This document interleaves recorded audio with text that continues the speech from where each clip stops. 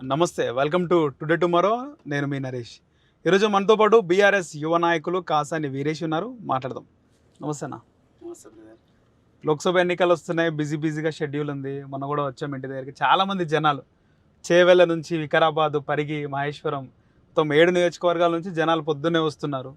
మీరు కూడా నైట్ టైంలో 2-3 అవుతుంది అని కూడా తెలుస్తుంది. ఎట్లా మేనేజ్ చేస్తున్నారు ఇదంతా కూడా? జనరల్గా ఏంటంటే ఇక అది ఎలక్షన్ టైంలో కంపల్సరీ చేయాల్సిందే కదా. తిరగాలి, వాళ్ళని కలవాలి, ఇదొక ప్రక్రియ. ముఖ్యంగా చేవెళ్ళ నుంచి 2009లో చేవెళ్ళ లోక్సభ నియోజకవర్గం ఏర్పడింది. 2009లో కాంగ్రెస్ తప్ప మళ్ళీ 2 సార్లు బీఆర్ఎస్ఏ గెలిచింది. అంటే అఫ్కోర్స్ ఆ పార్టీ నాయకులు వేరే పార్టీ నుంచి పోటీ చేస్తారు. కాసాని జ్ఞానేశ్వర్ గారిది ఎట్లా ఉంది? ఒక బీసీలో బలమైనటువంటి అతి బలమైనటువంటి నాయకుడు కాసాని జ్ఞానేశ్వర్ ముదిరాజ్.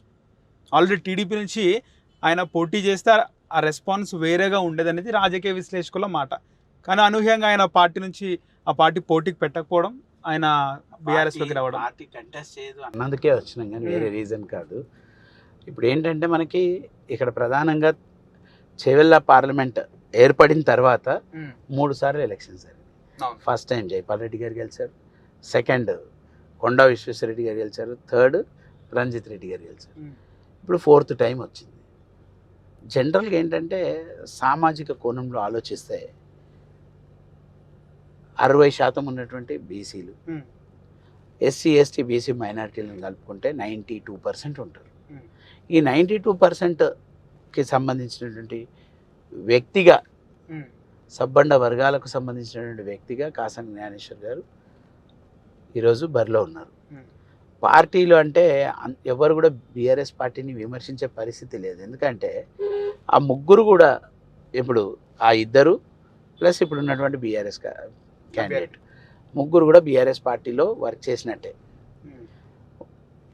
అధికారము బీఆర్ఎస్ తెలంగాణ రాష్ట్రం ఏర్పడిన తర్వాత 2 సార్లు కూడా టీఆర్ఎస్ పార్టీ కానివ్వండి, బీఆర్ఎస్ పార్టీ అనండి, 2 సార్లు కూడా ఆ పార్టీ అభ్యర్థులే గెలిచారు. ఇప్పుడు కూడా అదే పార్టీ అభ్యర్థులు గెలుస్తున్నారు. ఇప్పుడు ఏంటంటే అధికారం మారింది కాబట్టి కొద్దిగా ఈక్వేషన్స్ చేంజ్ ఉంటాయంటారు.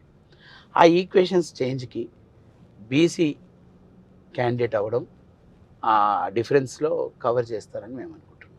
నా బీసీల గురించి, బీసీల అభ్యున్నతి గురించి, బీసీల కులాల హక్కు గురించి, ముఖ్యంగా ముదిరాజ్ సామాజిక వర్గాన్ని గురించి ఎనలేని కృషి చేశారు కాసాని జ్ఞానేశ్వర్ గారు. ఇప్పుడు ఒక కులం గురించి లేదా బీసీలు అధికంగా ఉన్నటువంటి బీసీల కోసం కొట్లాడడము తెలంగాణలో చూసుకుంటే ఉమ్మడి ఆంధ్రప్రదేశ్ నుంచి కూడా చాలా తక్కువగా ఉంటారు. ఇక్కడ కాసాని జ్ఞానేశ్వర్ గారు 2001లో ఆయన జడ్పీ చైర్మన్గా గెలవడం, ఆ తర్వాత ఎమ్మెల్సీ అవ్వడం, సొంతంగా పార్టీ పెట్టడం, మన పార్టీ అనేది నాకు బాగా గుర్తు. అంటే స్కూల్ డేస్లో ఎల్లో రెడ్ కలర్ కాంబినేషన్లో జెండాలు ఉండేటి. ఆ తర్వాత పార్టీ ఏమైందని తర్వాత నాకు గుర్తులేదు, ఇప్పుడు చూసుకున్నాను. కానీ పిఆర్పిలో విలీనం ఇవన్నీ కూడా జరుగుతున్నాయి. విలీనం కాలేదు. అదేంటంటే సబ్బండ వర్గాలకు రావాల్సినటువంటి హక్కులు, వాళ్ళకు ఉండాల్సినటువంటి రిప్రజెంటేషన్ ఉండట్లేదు అనేది వారి యొక్క తపన. దాంట్లో భాగంగా మెజారిటీగా ఉన్నటువంటి అప్పుడు ఉన్నటువంటి పార్టీలు ఏవి కూడా బీసీలకు కానివ్వండి, పేదవారికి ఇవ్వట్లేదు. చాలా వరకు చాలా కులాలకి అసలు రిప్రజెంటేషనే లేదు. ఈ లా మేకింగ్ హౌజెస్లో, అసెంబ్లీలో కానివ్వండి, కౌన్సిల్లో కానివ్వండి, పార్లమెంట్లో కానివ్వండి. సో ఇవన్నిటికీ రీజన్ ఏంటి అని ఆలోచిస్తే మనకు అవకాశాలు, మనకు ఓట్లు మనీ ఉన్నప్పుడు మనం వేసుకోలేము. ఏంటంటే సీట్ ఇచ్చేటోడు లేడు. సీట్ ఇచ్చేటోడు లేడు అని అంటే ఒక పార్టీ పెట్టాలి అన్న ఆలోచనతోటి ఒక సబ్బండ వర్గాలను కలుపుకొని 93 బీసీ కులాలు మరియు అప్పుడు ఉన్నటువంటి ఎస్సీ ఎస్టీ మైనారిటీ ఆ 3 వర్గాలను కూడా కలుపుకొని మొత్తంగా 96 అనే నెంబర్ పెట్టుకొని మన పార్టీ అనే సిద్ధాంతంతో మనం వచ్చినాం. ఆ వచ్చిన క్రమంలోనే మరో బీసీ నేత మా దేవేందర్ గౌడ్ గారు కూడా ఓ బీసీ పార్టీ పెట్టడం, నవ తెలంగాణ ప్రజా పార్టీ అని పెట్టడం.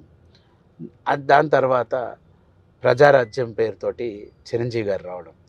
ఈ 3 పార్టీల్లో నేతలు వేరైనా ఎజెండా ఒకటే, కామన్ ఎజెండా ఉంది. సామాజిక న్యాయం, ఆత్మగౌరవం, రాజ్యాధికారం. ఈ 3టికి కూడా ఒకటే ట్యాగ్ లైన్, ఒకటే పెద్ద వాళ్ళు, ఒక లీడర్ ఆఫ్ దట్ పార్టీ మాత్రమే మార్పు ఉండదు. మెగాస్టార్గా ఉన్నటువంటి చిరంజీవి గారు వచ్చిన తర్వాత ఆ స్టార్డమ్ మొత్తము అక్కడ పోవడం వల్ల మనకు అది మైనస్ జరిగింది. సో దాన్ని మనం ఏమనుకున్నామంటే దాని తర్వాత తెలంగాణ రాష్ట్రం సాధనకు ఓ ఉద్యమం స్టార్ట్ అయింది. ఆ తెలంగాణ ఉద్యమంలో భాగంగా చూసుకుంటే మనకి మేజర్గా సబ్బండ వర్గాలకు సంబంధించినటువంటి వాళ్ళే ఇక్కడ మళ్ళీ తెలంగాణ రాష్ట్రం ఏర్పడితే బీసీలకు మంచి అవకాశం లభిస్తుంది అని అనుకున్నారు. అది కూడా సాధన కాలేకపోయింది. చివరిగా మనకి ఇప్పుడు ఏంటంటే మేజారిటీగా బీఆర్ఎస్ పార్టీ ఒక 6 పార్లమెంట్ స్థానాలు బీసీలకు ఇచ్చింది. సో బీసీల వైపు మొగ్గు చూపుతాం, బీసీలకు రాజ్యాధికారాన్ని ఇప్పించే బాధ్యత మేము తీసుకుంటామని బీఆర్ఎస్ పార్టీ చెప్పడం, దాంట్లో భాగంగా మనం కూడా పార్టీలో జాయిన్ అవ్వడం. ఇప్పుడు మనం బీఆర్ఎస్ పార్టీ తరఫు నుంచి చేవెళ్ళ పార్లమెంట్ అభ్యర్థిగా మనం బరిలో ఉన్నాం.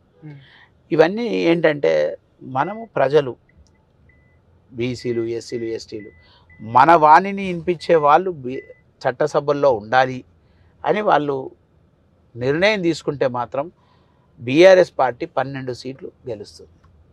ముఖ్యంగా కాసాని జ్ఞానేశ్వర్ అనే పేరు వింటే అంటే ఆయనను గుర్తుపట్టిన వాళ్ళు 2 తెలుగు రాష్ట్రాల్లో గుర్తుపట్టని వారు ఉంటారు. ఆయన పేరు తీసినా కూడా లేకపోతే ఆయన ఫోటో చూసినా ఆయన అభ్యర్థిత్వం కోసం మాట్లాడుకున్నా కూడా ఆయన ఒక అధినేతగానే చూస్తారు. అంటే ఒక పార్టీ అధ్యక్షుడు, ఒక చంద్రబాబు నాయుడు, కేసీఆర్, ఒక కాసాని జ్ఞానేశ్వర్ ముదిరాజ్.